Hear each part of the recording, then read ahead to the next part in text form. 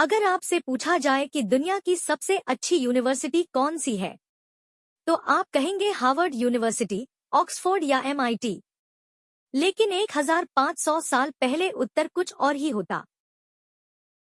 नालंदा ज्ञान का भंडार था। ड्रामा, लिटरेचर, मेडिसिन, एस्ट्रोनॉमी पाठ्यक्रम हर क्षेत्र से लिए गए थे।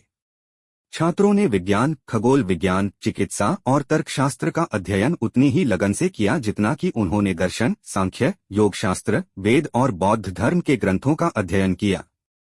नालंदा ना प्लस आलम प्लस दा से बना था, जिसका अर्थ है ऐसा उपहार जिसकी कोई सीमा ना हो।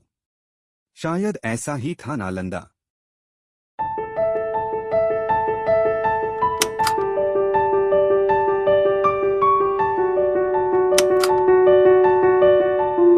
आज के कुलीन विश्वविद्यालयों की तरह यहाँ भी प्रवेश पाना कठिन था। इच्छुक छात्रों को नालंदा के शीर्ष प्रोफेसरों के साथ कठोर मौखिक साक्षात्कार में भाग लेना पड़ता था। जो भाग्यशाली होते थे, उन्हें भारत के विभिन्न कोनों से आए प्रोफेसरों के एक उदार समूह द्वारा पढ़ाया जाता था और सामूहिक रूप से उस युग के सबसे प्रतिष्ठित बौद्ध गुरुओं जैसे धर्मपाल और शीलभद्र के अधीन काम किया जाता था।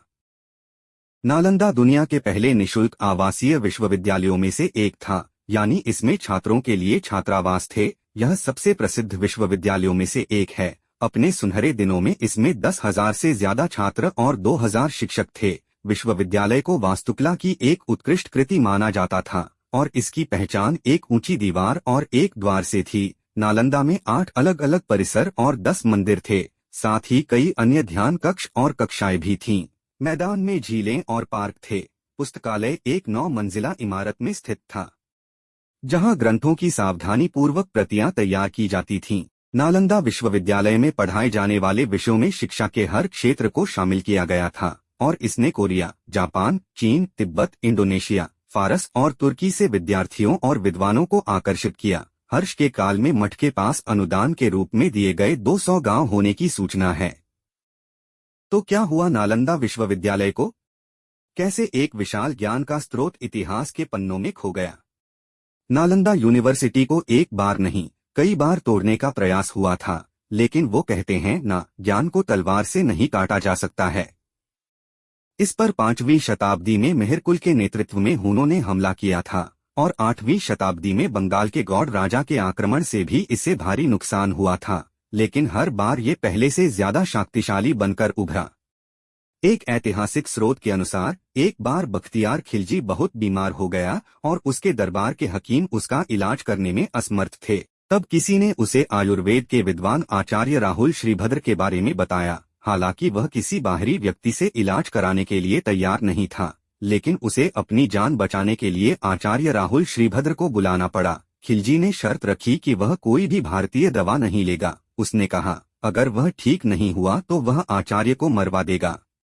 अगले दिन आचार्य पवित्र कुरान लेकर उसके पास गए और कहा, खिलजी को कुरान के कुछ पन्ने पढ़ने होंगे और अंततः वह ठीक हो जाएगा। उसने ऐसा किया और वह ठीक हो गया। खिलजी अपने ठीक होने पर खुश होने के बजाय क्रोधित था। वह इसलिए क्रोधित था क्योंकि एक भारतीय आयुर्वेदिक चिकित्सक की समझ उनके हकीमों से बेहतर थी। दरअसल राहुल शीलभद्र, जो आयुर्वेदिक चिकित्सक थे, ने उन पन्नों पर एक खास दवा लगाई थी जो खिलजी को पढ़ने के लिए दी गई थी। जब भी वह पन्ना पलटता तो वह अपनी उंगली चाटते हुए उस दवा को खा लेता। इस तरह वह ठीक हो गया।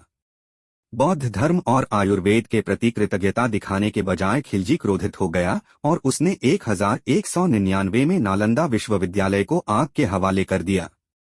खिलजी इस बात को पचा नहीं पा रहा था कि एक भारतीय विद्वान और शिक्षक उसके हकीमों और देशवासियों से ज्यादा जानता है। इसीलिए खिलजी ने प्राचीन भारत में ज्ञान के सभी स्रोतों को नष्ट करने का फैसला किया। कट्टरपंथी बख्तियार खिलजी ने नालंदा विश्वविद्यालय के पुस्तकालय में आग लगा दी। यह 3 महीने से अधिक समय तक जलता रहा और 90 लाख से अधिक पुस्तकें, पांडुलिपियां जल गईं।